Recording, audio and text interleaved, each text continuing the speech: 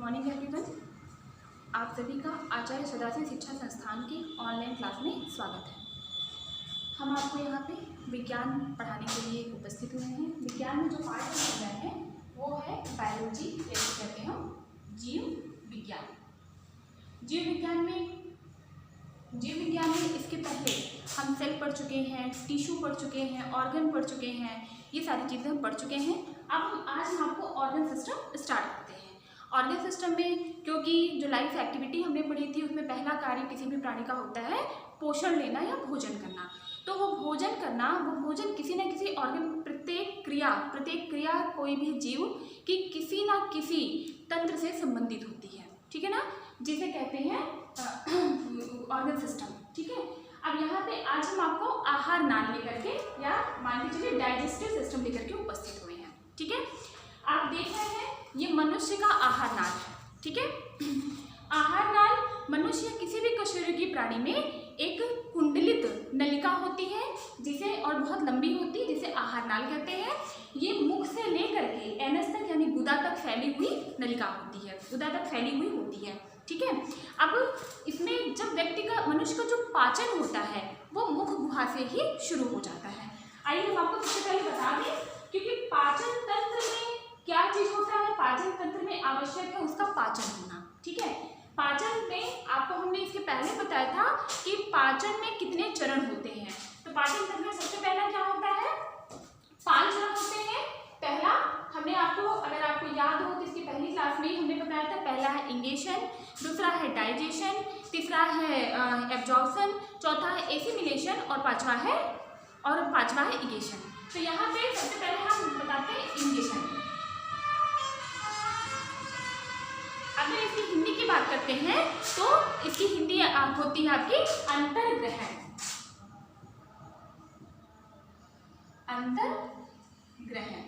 अब आप ये देखिए इंगेशन के अंदर कौन सा प्रोसेस आता है, इनटेक योर फूड, आप भोजन को अपने मुख में उठा करके रखते हैं, वही है इंगेशन। मतलब आप किसी भी भोजन को अपने मुख में रखते हैं तो आप क्या है, अंतर्ग्रहण, उस भोजन को अपने अंदर मुख में रखिए और भोजन का पाचन इसी मुख से आपके स्टार्ट हो जाता है। आइए सबसे पहले हम देखते हैं कि मुख में क्या क्या पाया जाता है। आप सभी जानते हैं कि मुख में आपके दांत पाया जाता है, आपकी जीभ पाई जाती है, ठीक है, और आपके लार ग्रंथियां पाई जाती हैं। अगर हम दांत की बात करते हैं तो यहाँ पे देखिए आपके सबसे पहले हम जीभ की बात करते हैं। मुख में आपके मुख के फर्श पे स्थित एक मोटी मांसल संरचना होती है, ठीक है ना। इसके जीभ यहाँ पे दिख नहीं रही है, आप अपनी जीभ खुद देख लीजिए। जीभ के ऊपरी सतह पर छोटी छोटी एक पैपिली होती है जिसे कहते हैं अंकुर टाइप की ग्रोथ होती है, उसे हम टेस्ट बड कहते हैं या स्वाद कलिका कहते हैं। आपको पता चलता है ना, जब आप खट्टा खाते हैं लगता है ये स्टोरिंग टेस्ट है, मीठा खाते हैं तो स्वीट लगता है, कड़वा खाते हैं तो तीखा लगता है। तो इस तरीके से क्या है, आपको ये स्वाद कलिका आपके स्वाद का आभास कराती है, ठीक है ना। अब हम सबसे बड़ी क्वेश्चन ये पूछा जाता है, मनुष्य के जीभ के किस भाग से किस स्वाद का पता चलता है। तो आपने सबसे मीठा सभी को पसंद होगा। अगर हम मीठे की बात करते हैं तो जीभ के अग्रभाग से मीठा का स्वाद मिलता है, ठीक है ना। उसके बाद बहुत से लोगों को मीठे के बाद बहुत लोगों को कड़वा स्वाद ही पता होगा तो पसंद होगा। तो क्या है, पश्च भाग से जीभ के हमें कड़वे स्वाद का अनुभव होता है। अगर हम खट्टे की बात करते हैं तो खट्टा जो बगल में है, जीभ के बगल के भाग से खट्टे का स्वाद हमको मिलता है, ठीक है। तो इस तरह से हम जो भी फूड आइटम लेते हैं उसमें कोई ना कोई टेस्ट होता है। उस टेस्ट में मोस्टली कड़वा होता है, मोस्टली तीखा होता है, मोस्टली मीठा होता है, उसका अनुभव हमें होता है। कैसे होता है, तो ये चीज़ है कि जीभ के किस भाग से प्रत्येक, क्योंकि उसमें छोटे छोटे एक आउट ग्रोथ होती, अंकुर टाइप का होता है जिसे हम टेस्ट बड कहते हैं। उस स्वाद का अनुभव उसी टेस्ट बड से होता है जिसे कहते हैं स्वाद कलिका। अगर हम कहते हैं जो आगे टेस्ट बड होती है उसे मीठे का अनुभव होता है, जो पीछे होती है उसे कड़वे का अनुभव होता है, बगल में खट्टे का अनुभव होता है, ठीक है। और जीभ का काम क्या है, जीभ का काम है भोजन को घुमाना और भोजन को निगलने में सहायता प्रदान करना। और मुख में क्या पाया जाता है, अगर आप ध्यान दीजिए, मुख में आपके जीभ के बाद दांत भी पाया जाता है। क्या पाया जाता है, जीभ के बाद दांत भी पाया जाता है।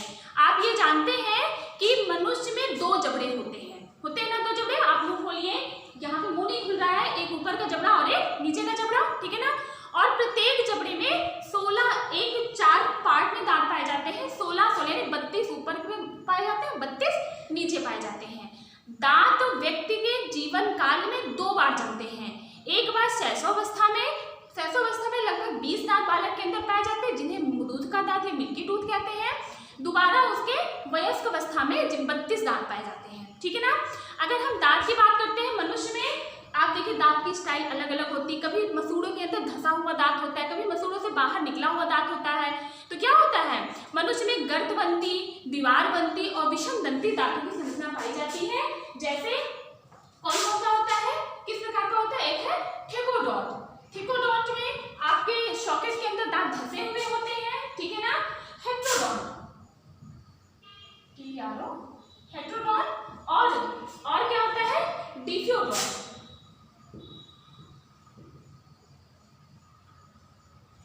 डिफियोडोंट।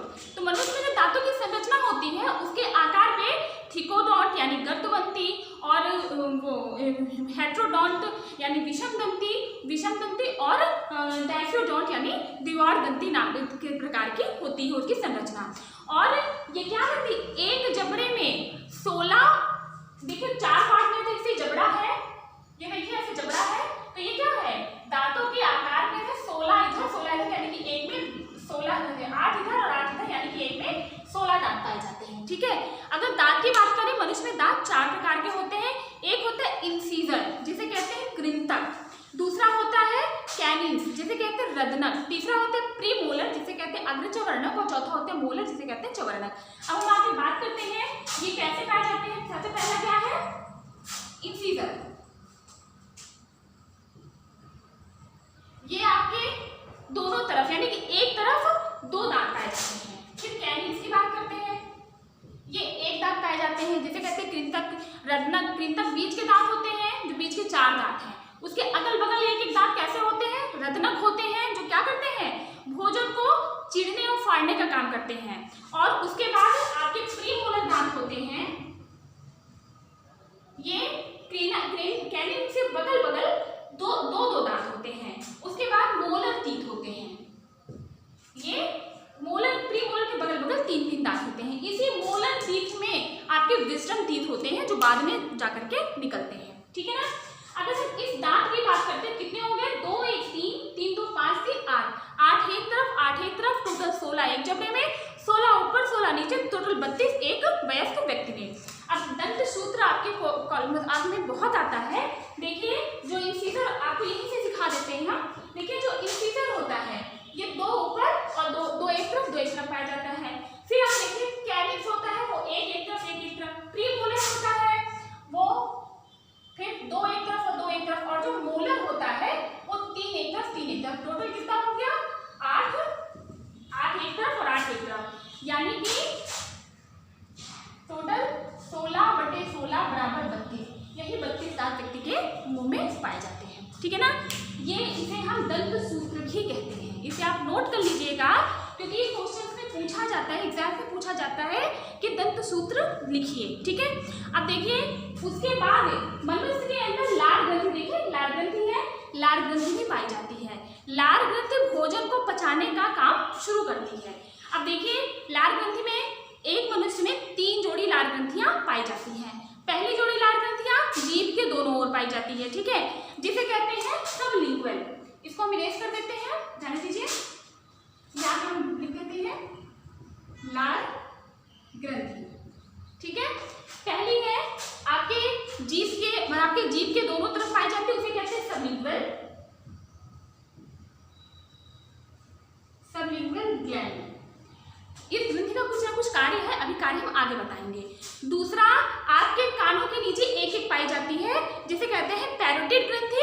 और तीसरा आपके निचले जबड़े के मध्य में मैग्जिल अस्थि होती है, उसके दोनों ओर एक एक पाई जाती है, जिसे कहते हैं सब मैग्जिलरी ग्लैंड, यानी कि सब लिंगुअल ग्लैंड, सब मैग्जिलरी ग्लैंड और पैरोटिड ग्लैंड।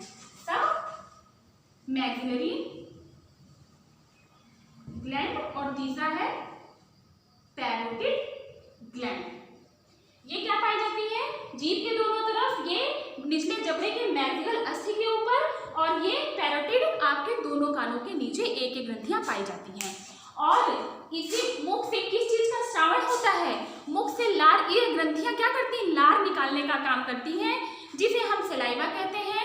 लार में 99% जल होता है और 1% एंजाइम होता है। एंजाइम पेप्सिन एंजाइम होता है, टाइलिन एंजाइम होता है, जो आपके स्टार्च के पाचन के लिए जरूरी है। ठीक है ना, हम इसको इरेज करते हैं। आपका ये था आपका मुख के बाद, क्योंकि हमने बताया था आहार नाल मुख से लेकर के एनस तक चलता है। हमने मुख में आपको बताया जीभ पाया जाता है, मुख में दांत पाया जाता है, मुख में आपके लाल ग्रंथियां पाई जाती हैं।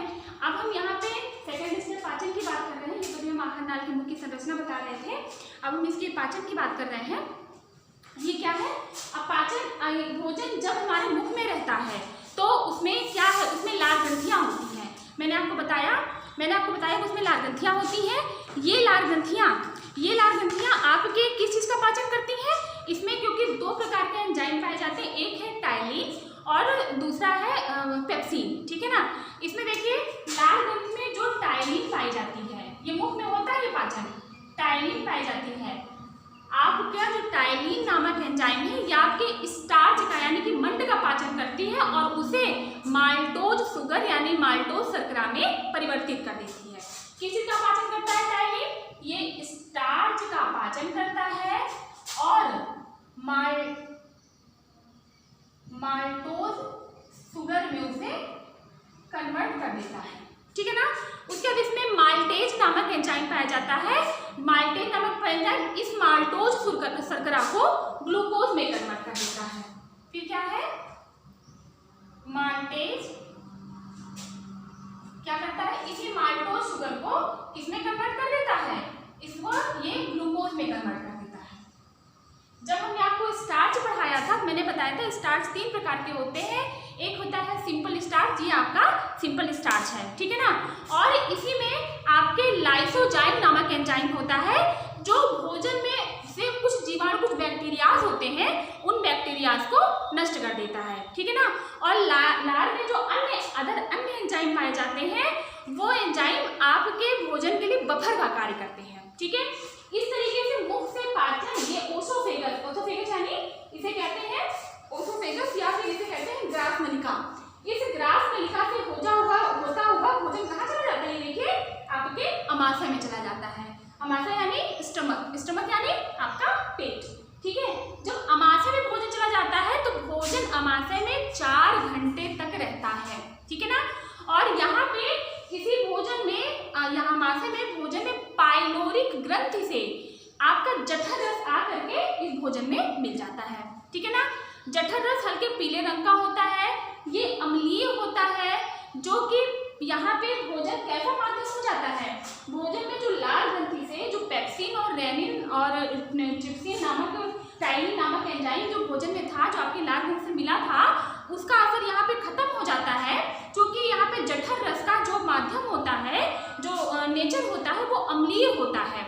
इसलिए यहाँ पे भोजन कैसा हो जाता है, अम्लीय हो जाता है। भोजन का माध्यम कैसा हो जाता है, अम्लीय हो जाता है। और यहीं पे यहाँ पे HCl का स्रावण होता है।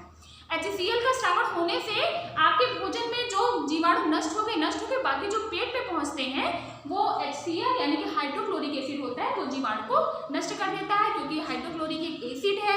एसिड होने के कारण भोजन का मीडियम कैसा हो जाता है, एसिडिक बन जाता है, और यहाँ पे टाइलिन की क्रिया पूरी तरह से समाप्त हो जाती है। ठीक है ना, अब यहाँ पे अभी तक यहाँ पे देखा हमने स्टार्च का पाचन हुआ, ग्लूकोज में कन्वर्ट हो गया। स्टार्च माल्टेज शुगर में, फिर माल्टेज शुगर माल्टेज एंजाइम के द्वारा ग्लूकोज में कन्वर्ट हो गया।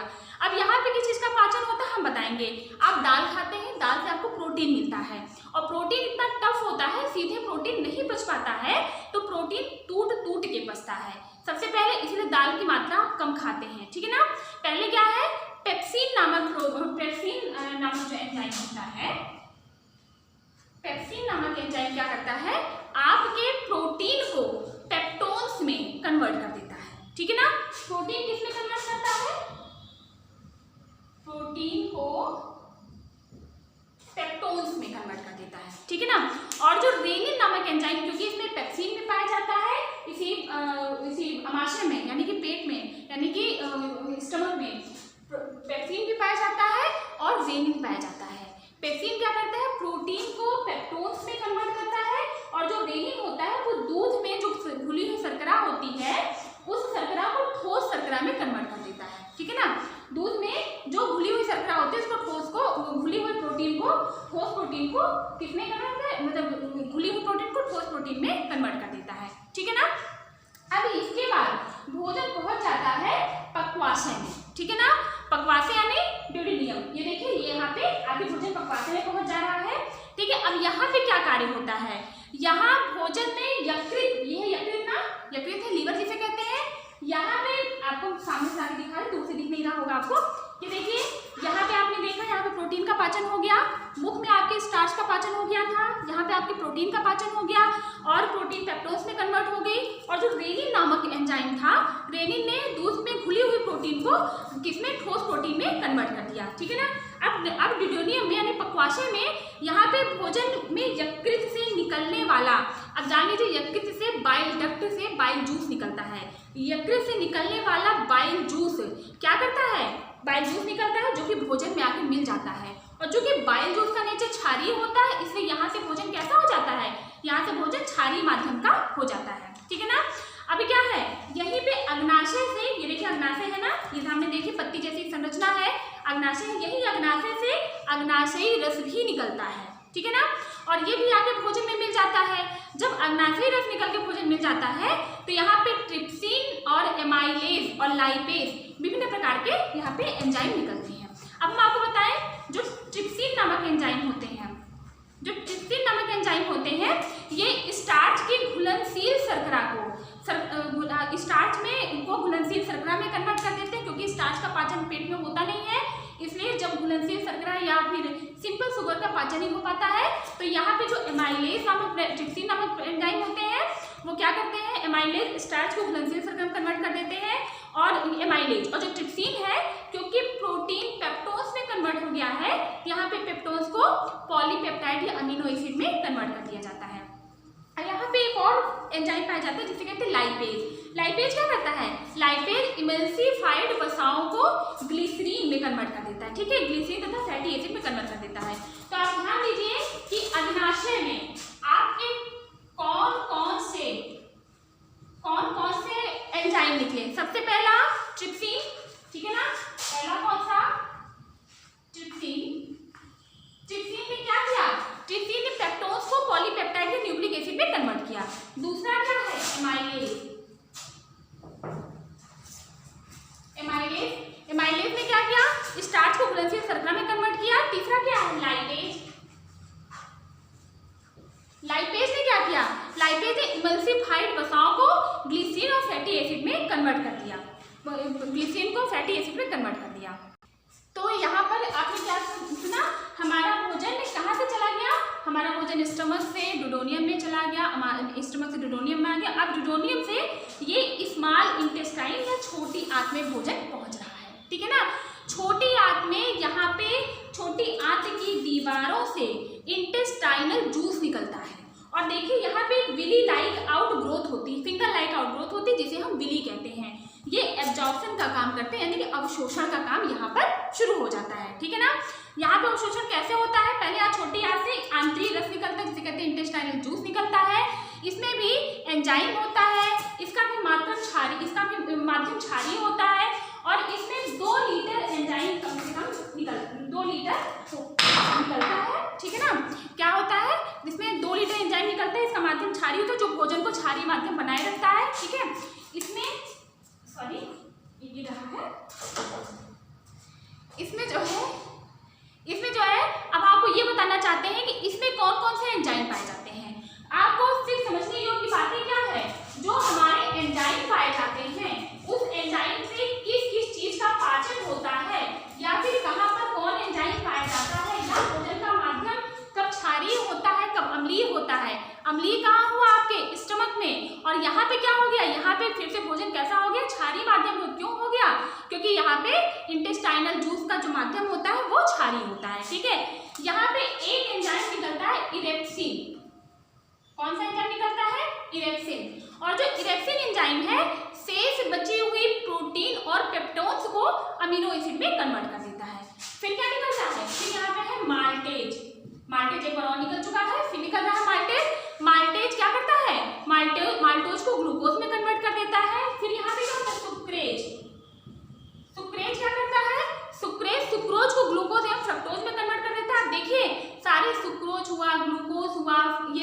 फ्रक्टोज हुआ, ग्लूकोज हुआ, माल्टोज हुआ, ये सब सिंपल शुगर है, इसी का डाइजेशन हो पाता है, अदरवाइज डाइजेशन हो नहीं पाता है, ठीक है।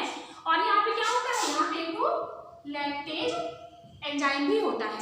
लैक्टेज एंजाइम लैक्टोज को ग्लूकोज और गैलेक्टोज में कन्वर्ट कर देता है। यहाँ पे लाइपेज एंजाइम भी होता है। लाइपेज एंजाइम आप जानते हैं कि इमल्सिफाइड वसाओं को ग्लिसरीन और फैटी एसिड में कन्वर्ट कर देता है।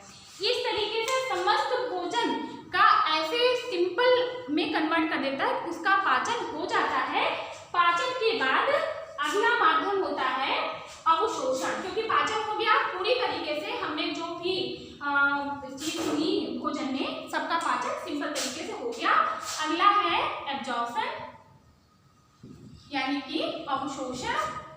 अब भोजन में जो भी आपके भोज्य पदार्थ में जो भी आपके तत्व हैं, जो भी आपके न्यूट्रिएंट हैं, उनका एब्जॉर्प्शन होता है। यहाँ पे पचे हुए भोजन, एब्जॉर्प्शन मतलब क्या होता है, पचे हुए भोजन का रुधिर में पहुंचना, ठीक है। और एब्जॉर्प्शन होता किसके माध्यम से, मैंने आपसे बताया स्मॉल इंटेस्टाइन में एक फिंगर लाइक ग्रोथ होती है जिसे कहते हैं विली। इसी विली के होने से, देखिए फिंगर लाइक ग्रोथ है छोटी छोटी, इसी विली के रहने से भोजन को एब्जॉर्ब करती है ये विली, ठीक है ना। इसके बाद आता है स्वांगीकरण या फिर कहते हैं इसे एसिमिलेशन।